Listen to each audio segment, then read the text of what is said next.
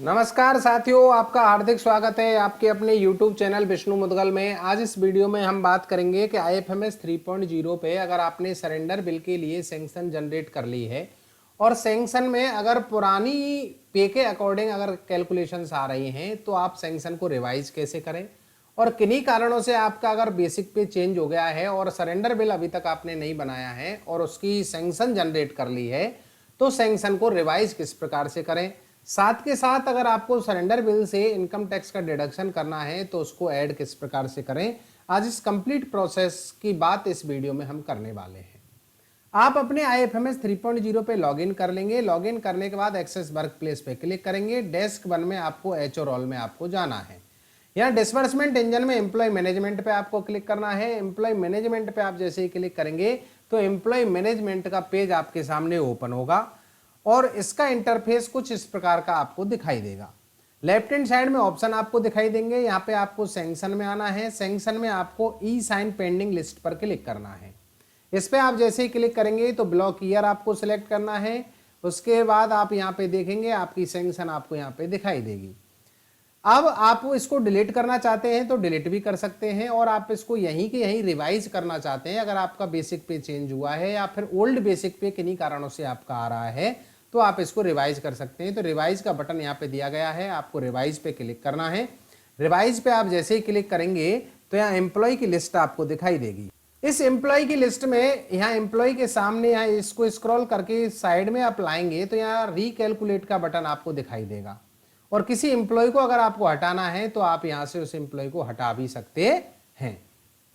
अब यहां आप रिकैलकुलेट पे जैसे ही क्लिक करेंगे तो यहाँ पे ये रिकैलकुलेशन इसकी कंप्लीट हो जाएगी, ये राशि आपकी अपडेट हो जाएगी। जैसे मैं रिकैलकुलेट पे क्लिक करूंगा, अभी मैंने इसको पहले ही कंप्लीट कर दिया है तो मेरे में कुड नॉट भी चेंज आ रहा है, इस प्रकार का मैसेज आपको दिखाई देगा, आपकी कैलकुलेशन चेंज हो जाएगी।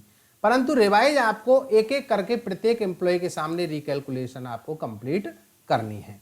ये कंप्लीट करने के बाद आपको वही प्रोसेस पुराने वाला ई साइन पे, यहाँ पे मेरे पे ई साइन नहीं आ रहा है, अगर ये रिकैलकुलेट हो गया होता तो यहाँ पे ई साइन पे ये ऑप्शन आ जाता, आप यहाँ से ई साइन कर लेंगे, वो भी पुराने प्रोसेस की तरह अपना आधार नंबर डालेंगे, OTP डालेंगे और इसको सैंक्शन को जनरेट कर लेंगे। तो ये तो प्रोसेस रहा कि आपको अगर अपनी सैंक्शन अपडेट करनी है, रिवाइज करनी है तो इस प्रकार से कर सकते हैं। दूसरा प्रोसेस, अगर आपको सरेंडर बिल में इनकम टैक्स का डिडक्शन करना है तो उसके लिए आपको यहाँ पे आपको चेंज डेस्क रोल पे क्लिक करना है। अपनी डेस्क रोल आपको चेंज करनी है।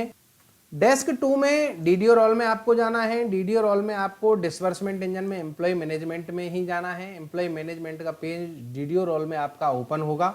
इसमें आपको बिल सेक्शन में जाना है। बिल सेक्शन में आप जाएंगे तो यहाँ आपको दिखाई देगा सरेंडर बिल, इस पर आप क्लिक करेंगे। बिल जनरेशन पे क्लिक करेंगे।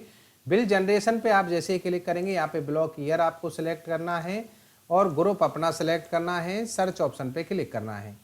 तो यहाँ पे ये एम्प्लॉय आपके दिखाई देंगे, इनको आप चूज करेंगे। जितने भी एम्प्लॉय हैं उनको आप यहाँ पे चूज कर लेंगे। इनिशिएट बटन पे क्लिक करेंगे। कन्फर्म की विंडो आपको दिखाई देगी, यस ऑप्शन पे आप क्लिक करेंगे तो बिल आपका जनरेट हो जाएगा। अब आपको यहाँ पे सरेंडर बिल में ही दोबारा से बिल लिस्ट पर क्लिक करना है। बिल लिस्ट पे आप क्लिक करेंगे, ईयर अपनी सिलेक्ट करेंगे, मंथ अपना सिलेक्ट करेंगे, सर्च बटन पे क्लिक करेंगे तो यहाँ पे बिल आपको दिखाई देगा। अब आपको इनका जो अलाउंस है, जो इनकम टैक्स का जो डिडक्शन है वो अलाउंस में से आपको डिडक्ट करना है। तो आपको इस बिल के यहाँ पे क्लिक करना है और इस पे आप जैसे ही क्लिक करेंगे तो इसमें एम्प्लॉय की लिस्ट आपको दिखाई देगी। बिल नंबर पे क्लिक किया तो ये एम्प्लॉय की लिस्ट आपको दिखाई देगी। इनके सामने आप देखेंगे यहाँ पे लिख रहा है मॉडिफाई अलाउंसेज एंड डिडक्शन। आपको मॉडिफाई अलाउंसेज डिडक्शन इस बटन पे क्लिक करना है। इस बटन पे क्लिक करेंगे तो आपके सामने अलाउंस और डिडक्शन का जो पेज है वो ओपन होगा। इसमें आप देखेंगे आपके अलाउंसेज आपको दिखाई दे रहे हैं। यहाँ अलाउंसेज में आपको यहाँ नीचे ऑप्शन मिल रहा है डिडक्शन का, तो आपको सेलेक्ट डिडक्शन पे यहाँ आई टैक्स आपको दिखाई देगा, कितनी राशि आपको डिडक्ट करनी है उस अमाउंट को आप यहाँ पे इंटर करेंगे। अमाउंट इंटर करने के बाद आपको ऐड बटन पे क्लिक करना है। ऐड बटन पे आप क्लिक करेंगे तो ये आपका डिडक्शन इसमें ऐड हो जाएगा, और ऐड होने के बाद सबमिट बटन पे आपको क्लिक करना है। कन्फर्म की विंडो आपको दिखाई देगी, यस ऑप्शन पे आपको क्लिक करना है। Action has been performed successfully, आप ओके बटन पे क्लिक कर देंगे तो आप देखेंगे डिडक्शन इस प्रकार से यहाँ पे ऐड हो गया।